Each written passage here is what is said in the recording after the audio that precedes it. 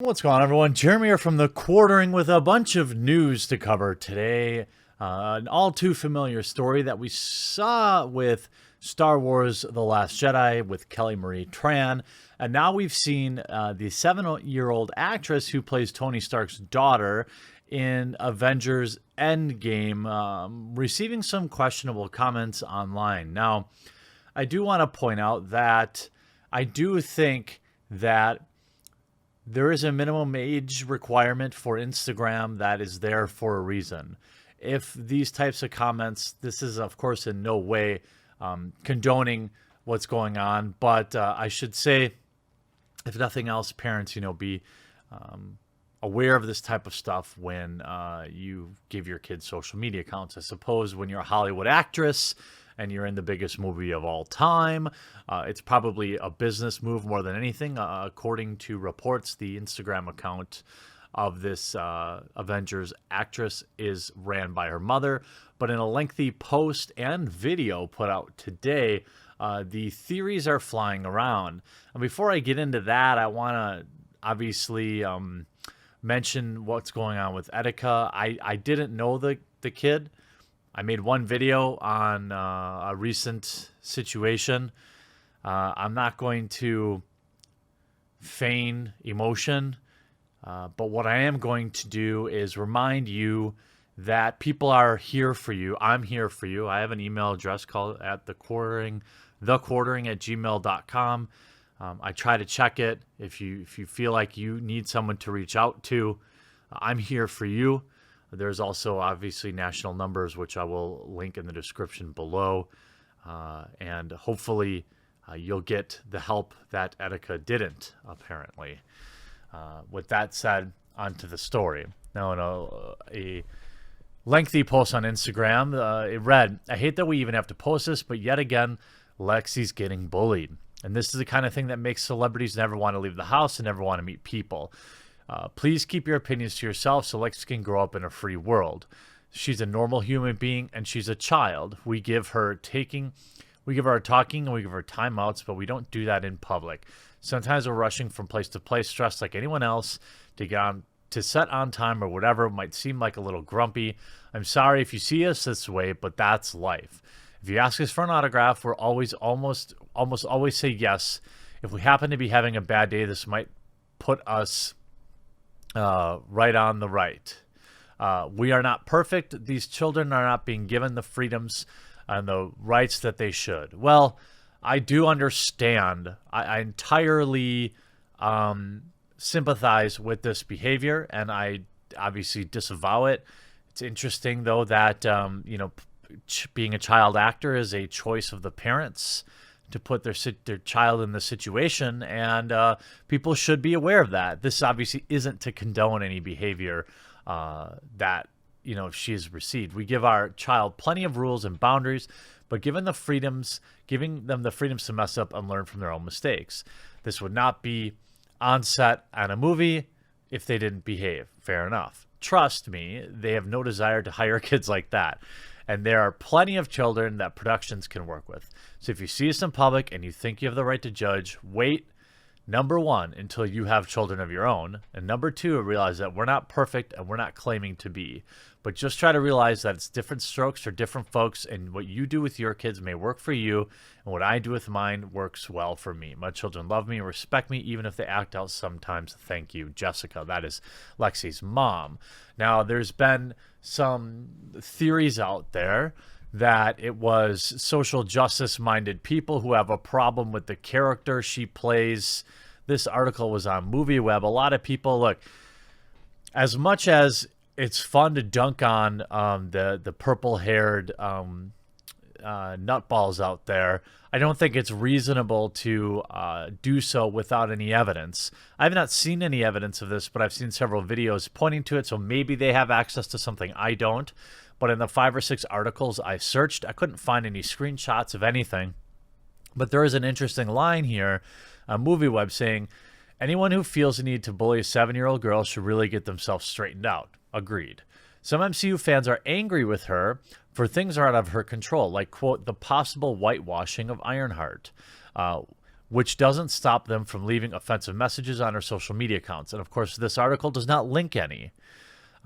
Whatever the case may be, it's good to know there are some fans out there helping Jessica Raby clean up her daughter's Instagram account. If fans are approaching a 7-year-old kid for an autograph, be polite, even if he or she doesn't want to sign it. I mean, in general, I would say you probably shouldn't be approaching kids anyway, regardless of how big of a movie they were in. And acting a little silly or messed up or anything like that.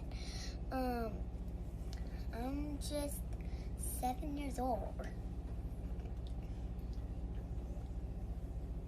Please don't bully my family. Or me. Bye. Love you, 3000. And I guess we talk about Ironheart being played by, and we talk about Riri Williams. Marvel announcing that the character Ironheart is getting our very own comic book series. The character first debuted in the pages of Invincible Iron Man and eventually took over as the lead in the book. Now the young genius Riri Williams is going to be the subject of her own ongoing series.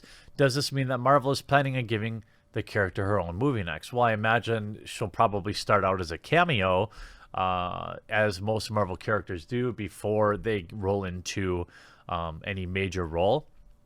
The new Ironheart is written by Eve Ewing, the Chicago-based artist, poet, and playwright. Oh, that makes sense that she should be writing comics. Anyway, is making her first foray into comics. Okay, exactly. With the new series, fans of the character actually petitioned last year to have Ewing tackle Marvel Comics title, and it appears as though the campaign did some good. Kevin Liberanda, who works on Marvel's Champions, will be providing art for the new book. Here's what Ewing said about the character. It's interesting to me that you would just campaign for somebody who's never written a comic book before to write a comic book, especially for a company like Marvel. That isn't to say that you must have a long and an illustrious history of writing comic books before you can get an opportunity, but it is an interesting way to hire somebody. I mean, maybe you want to take somebody with at least some experience if you want the character to do well. But, the announcement came at an interesting time. Marvel Studios is currently getting ready to close out Phase 3 of the Marvel Cinematic Universe with Avengers 4 next year, which will bring in the loss of several key stars who have anchored these movies for a long time. While the studio hasn't officially stated who's heading off into the sunset, it's quite likely that Robert Downey Jr. will be hanging it up as Iron Man, just as he did in the comics. Riri Williams could replace Tony Stark as the hero within the MCU. We reported last month that Ironheart movie script had surfaced on the blacklist as best unproduced screenplays in Hollywood. The script is written by Jada Rodriguez. It's interesting. Hey, good for you, Riri Williams. I'd like to see the character in a supporting cast before we go out of our way to put all the pressure. It's a lot of pressure for a new character to have to just begin in their own movie. He's worked for Doctor Strange, I guess. So, I mean, it's not like it can't work. But I don't know.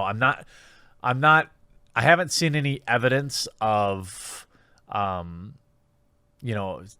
people judging the daughter for, the color of her skin and her role in the film. What I'm thinking probably happened is the mother probably had a bad interaction with another mother of a kid who's asking for an autograph, and they were venting on Instagram. Nonetheless, I think it's an important time to bring up, one thing that wasn't covered last year in the narrative, and it wasn't covered early when this story broke. A lot of people were saying, hey, nobody's covering this. That's probably because, it's NPC related. Maybe they've seen evidence I haven't seen, but it's just one throwaway line in one article. So maybe there's more out there. I think the bigger issue is, of course, as I get ready, I have a promo I'm shooting for Marvel today that you'll probably see tomorrow. And it's on my mind that obviously everything with Etika and, I've always had a strong stance about not reaching out to people directly. The whole narrative around Kelly Marie Tran was total baloney. I didn't see this wave of, people sending people to her Instagram to send bad messages. I think she was probably being genuine when she said that, hey, it's a lot of pressure to get back to people. I feel a lot of pressure when I have, 40,000 followers on Twitter. I try to read every reply. I can't imagine what it would be like to have hundreds of thousands. But I assume it's probably doesn't need to be said. I'm going to go ahead and say it anyway. Don't be that person.